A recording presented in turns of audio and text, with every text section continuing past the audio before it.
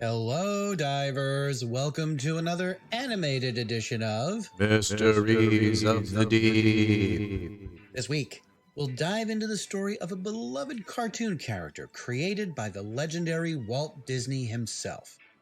The character was a little scamp with big ears and starred in hundreds of animated films. And it ain't Mickey. Mysteries of the Deep presents Whatever Happened to Oswald the Lucky Rabbit?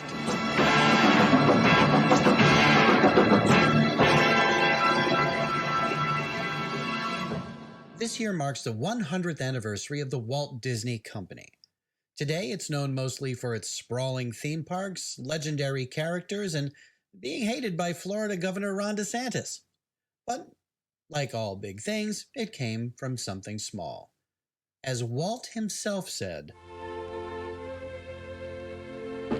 During the last few years, we've ventured into a lot of different fields, and we've had the opportunity to meet and work with a lot of wonderful people.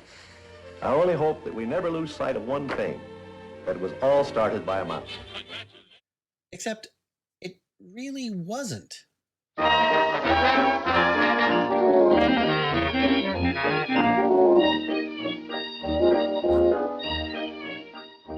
In July of 1923, a young man named Walter Elias Disney moved from Kansas City, Missouri to the bright lights of Hollywood, California.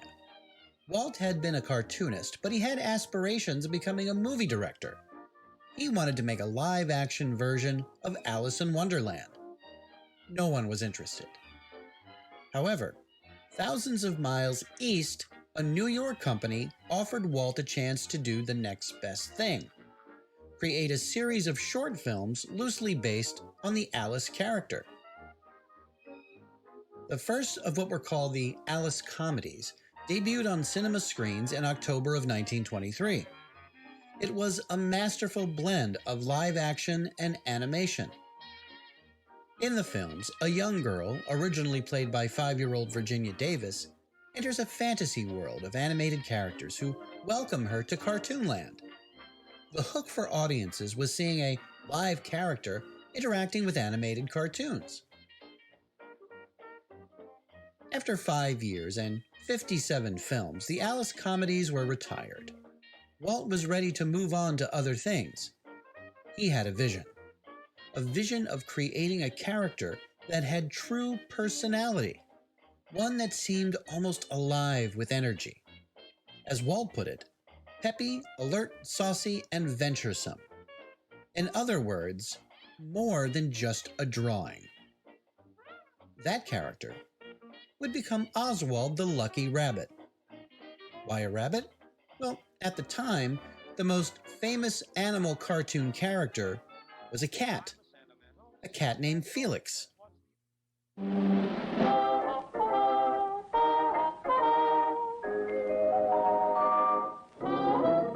Felix the cat, the wonderful, wonderful cat. Whenever he gets in a fix, he reaches into his bag of tricks. Felix the cat, the wonderful, wonderful cat. You laugh so much your sides will ache, your heart will go pit-a-pat. Watching Felix, the wonderful cat.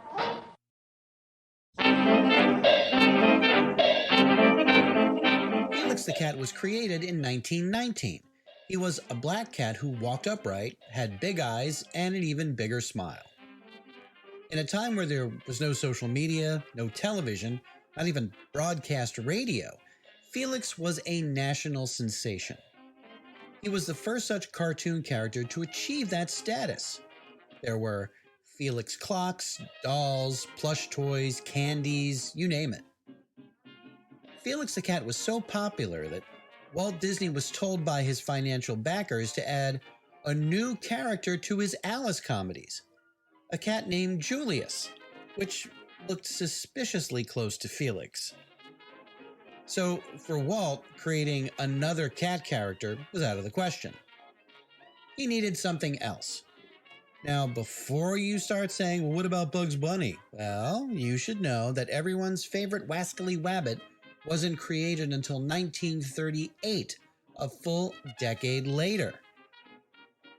Now, to further differentiate his Oswald cartoons from the rest of the pack, Walt Disney tried to stay away from the usual cartoon tropes. He used camera angles taken from live-action films, and studied the mannerisms of then-current silent film comedians like Buster Keaton and Harold Lloyd. Oswald was going to become a fully realized character.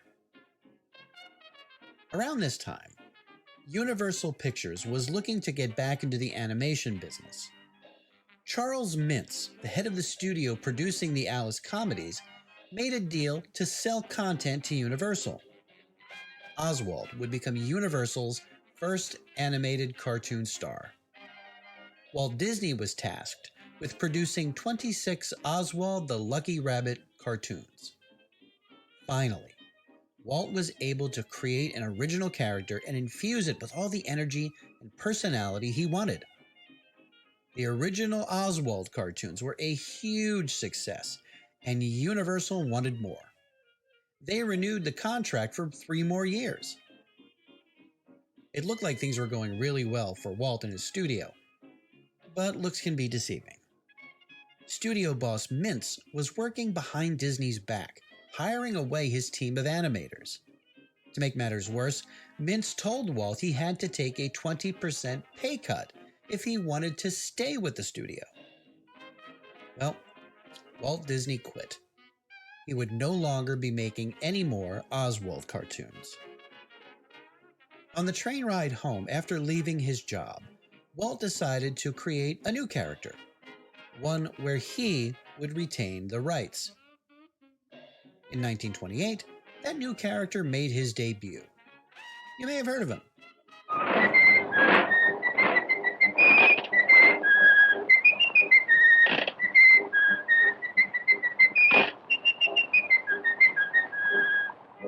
Walt Disney's Mickey Mouse would quickly surpass Oswald the Lucky Rabbit in popularity and become one of the most recognizable fictional characters in human history, right next to Superman, Darth Vader, and Homer Simpson.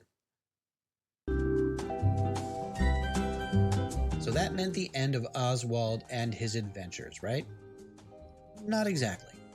Charles Mintz and his poached animators continued to produce Oswald cartoons for a short while after Disney left. But the powers that be at Universal weren't happy with the results, so they took over production of the cartoons themselves. The new custodian of Oswald the Lucky Rabbit was an up-and-coming young animator named Walter Lantz. He continued creating Oswald cartoons for the next 5 years, until both he and audiences grew tired of the character. Lantz would later try to create an original character that would resonate with audiences. After a few misfires, he came up with something unique and colorful, a character that is still alive and pecking to this very day.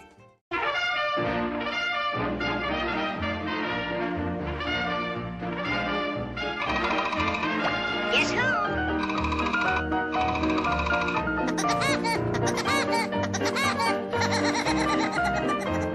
While not as iconic as Mickey Mouse, Woody Woodpecker would become a major hit for Universal, spawning many cartoons, TV shows, movies, and merchandise. In 1990, Woody Woodpecker got his star on the Hollywood Walk of Fame.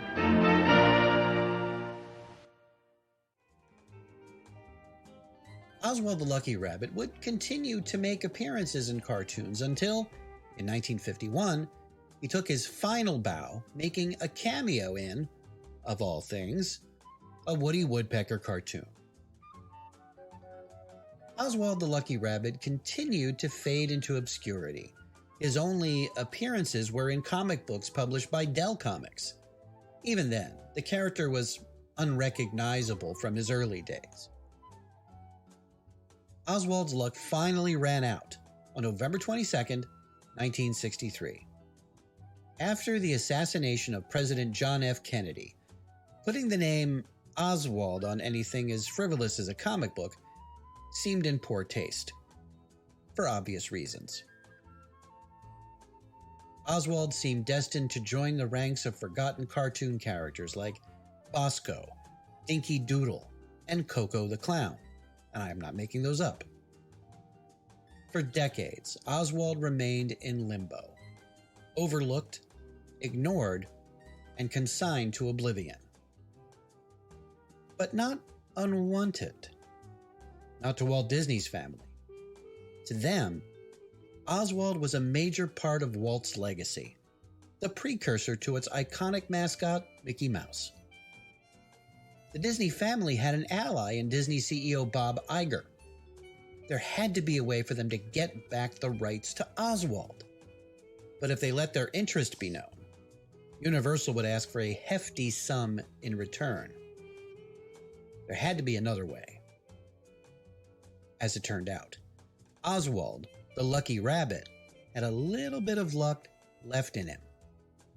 And it came in the most unlikeliest of ways.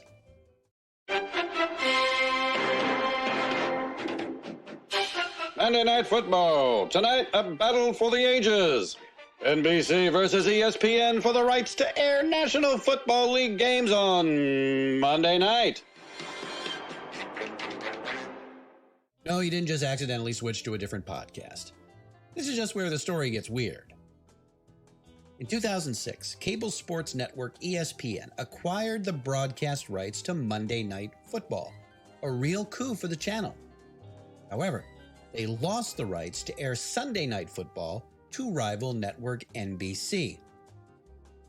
This began a tug of war over, of all things, who would sit in the broadcast booth and call the games. NBC wanted legendary sportscaster Al Michaels, but ESPN had him under contract. Michaels wanted to move to NBC, but was stuck at ESPN. So the then president of ESPN, which is owned by Disney, called company CEO Bob Iger and asked him if there was any way they would let Al Michaels out of his contract to go to NBC, which is part of Universal. Iger said, "I want Oswald the Lucky Rabbit back." Now, the president of ESPN had no idea what Bob Iger was talking about. He had never heard of Oswald. But it got the wheels turning. In less than a week, the deal was approved, marking the first time that a football announcer was traded for a cartoon bunny. I think. 80 years after Walt Disney created the plucky critter, Oswald finally came home. Since then, the rabbit has been slowly making his way back into the public consciousness. He first reappeared in the popular video game Epic Mickey in 2006. Then began the push into merchandise with DVDs of his early adventures, shirts, pins, Oswald ears, and even now, making live appearances at Disneyland in California. And finally, on December 1st, 2022, Oswald returned to his roots, starring in a brand new, hand-drawn, black and white silent cartoon simply titled Oswald, the Lucky Rabbit. Not bad for a near-century-old hare just trying to make his way in the world.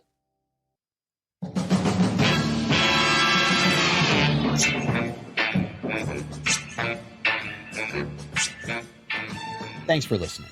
If this is the first time you've heard this podcast, check out our past episodes and subscribe so you don't miss a single one. And we want to hear from you.